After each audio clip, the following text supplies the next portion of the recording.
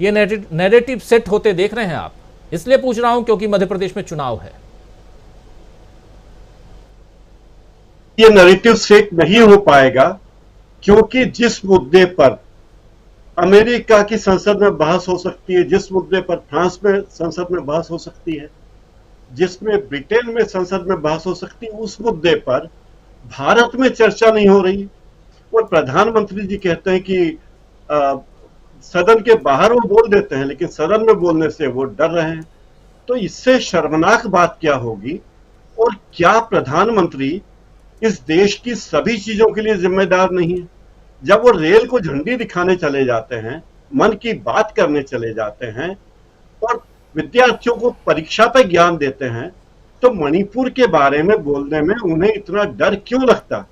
वे ये बात क्यों नहीं कहते कि हालात क्या है और हम हालात से निपट रहे हैं? क्योंकि वे हालात से निपटने की कोशिश नहीं कर रहे हैं। इस बारे में मणिपुर के ही एक विधायक हैं, और वो बीजेपी के विधायक हैं। उनका ट्वीट में देख रहा था, एक न्यूज चैनल ने उनका ट्वीट शेयर किया कि उनका नाम है पाओ लिनेन हाउकिप, शायद उच्चारण में कुछ गड़बड़ हो, लेकिन स्पेलिंग बोल देता हूं, PAOLINLLHAOKIP। उन्होंने कहा कि मणिपुर की हिंसा में राज्य सरकार शामिल है, मणिपुर हिंसा में राज्य सरकार शामिल है, सरकार की मिली भगत की वजह से हिंसा नहीं रुक रही है। ये एक ऐसा बयान है जो वहां के विधायक ने दिया है, और वो कहता है, डंके की चोट पे कहता है कि इसमें सरकार शामिल, और बीजेपी न तो उस विधायक के खिलाफ कार्रवाई कर रही है, न कोई बयान दे रही है।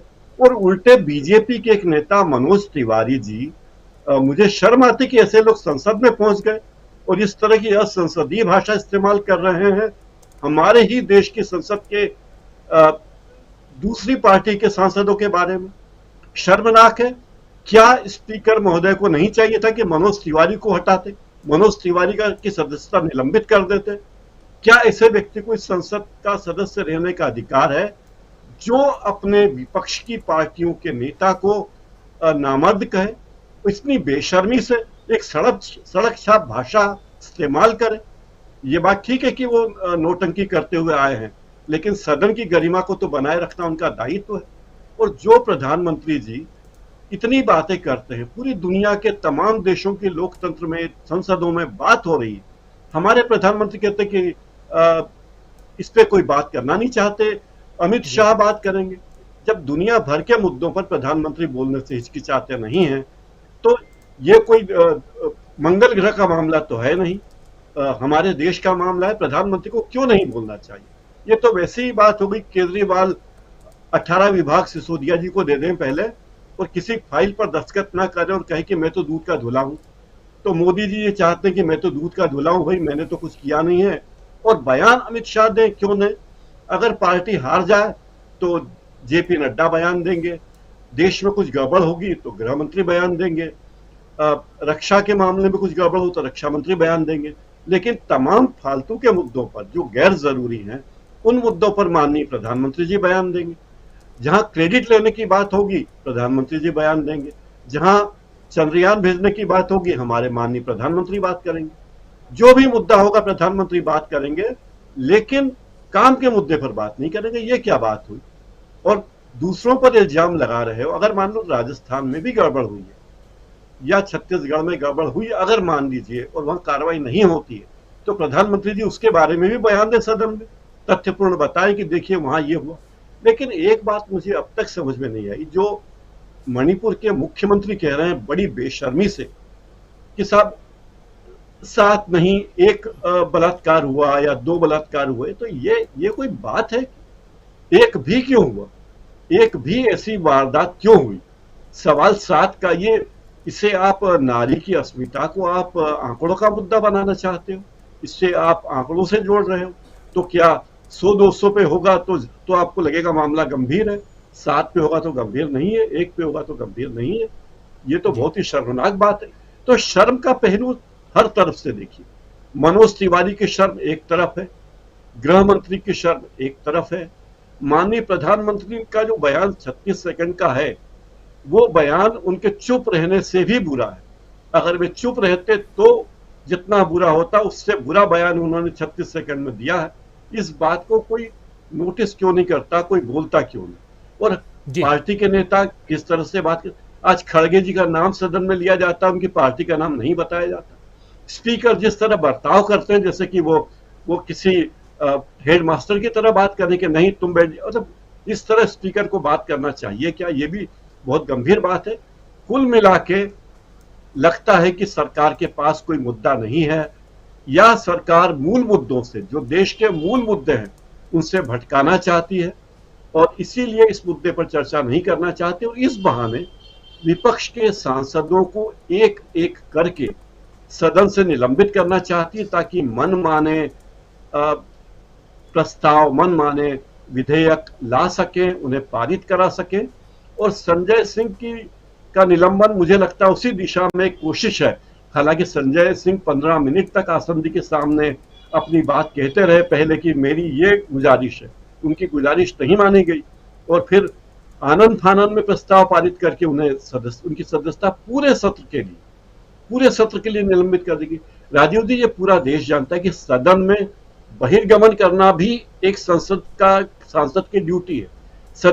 सदन से बाहर जाना भी उसकी ड्यूटी है, नारे लगाना भी ड्यूटी है, और सदन में आकर अपनी बात कहना भी ड्यूटी है।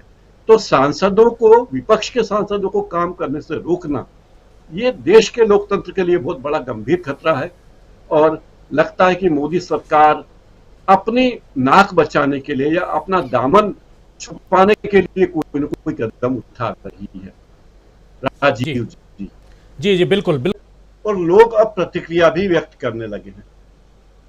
ये बात भी कही जा रही कि जो नरेंद्र मोदी 2014 में सोशल मीडिया की निसरनी पर, सोशल मीडिया की सीढ़ी पर चढ़कर प्रधानमंत्री के पद तक पहुंचे थे, वे नरेंद्र मोदी अगले वर्ष होने वाले चुनाव में उसी सीढ़ी के कारण नीचे गिर सकते हैं। 10 साल पहले, 9 साल पहले जितने लोग सोशल मीडिया पे सक्रिय थे वो बहुत छिटपुट लोग थे, 15-20% लोग थे, लेकिन अब 90% लोग सोशल मीडिया पर हैं। और यही कारण है कि पॉपुलर मीडिया, टेलीविजन चैनलों पर लोगों का भरोसा कम होता जा रहा है। लोग देखते हैं कि असलियत क्या है। अब लोग आसानी से भरोसा नहीं करते। अभी अपने इस कार्यक्रम का शीर्षक है विपक्ष के आगे बेदम मोदी सरकार, लेकिन अभी भी टेलीविजन चैनलों पर इसका उल्टा शीर्षक चलता है कि मोदी सरकार के सामने विपक्ष बेदम हो गया, नरेंद्र मोदी के सामने विपक्ष की में जान नहीं बची। और तमाम ऐसे शीर्षक आपको गूगल पर मिल जाएंगे जो बड़े बड़े चैनल दिखा रहे हैं, क्योंकि उन्हें उसी का पैसा मिल रहा है। और मुझे लगता है जो डीबी लाइव की लोकप्रियता बढ़ी है, इतनी इस लक्ष्य तक पहुंचे हैं, 9 करोड़ से ज्यादा दर्शक वर्ग तक पहुंचा है, तो एक कारण ये भी कि लोग सच को पहचानने लगे हैं। और ये बताता है कि एक नमूना है कि किस तरह से लोग सच्चाई जानना चाहते हैं। प्रशांत जी ने बहुत सही बात कही कि जिस तरीके से हमारे सुप्रीम कोर्ट को, हमारे चीफ जस्टिस ऑफ इंडिया को उनकी बेइज्जती करने की कोशिश ट्रोलर कर रहे हैं, इसमें वे अपनी अक्ल का फालूदा बना रहे हैं। क्योंकि सुप्रीम कोर्ट की प्रतिष्ठा या चीफ जस्टिस ऑफ इंडिया की प्रतिष्ठा उनके 2 रुपए के ट्वीट से कम नहीं होने वाली है। आज भी इस देश के लोगों को भरोसा है तो सुप्रीम कोर्ट से ही है। आज भी प्रधानमंत्री को अगर डर लगता है तो सुप्रीम कोर्ट से ही डर लगता है। और आज भी लोगों के सामने आशा की कोई किरण बची है तो हमारा संविधान और सुप्रीम कोर्ट है। बाकी संवैधानिक संस्थाओं की जो गति हो, लेकिन सुप्रीम कोर्ट पर आप अभी भरोसा कर सकते हैं। तो ये बहुत चिंता की बातें हैं जिस तरह से इस सरकार के लोग अभियान चला रहे हैं, उन सारे लोगों को के खिलाफ जो विश्वसनीय है, ये बहुत गंभीर बात है और शर्मनाक बात।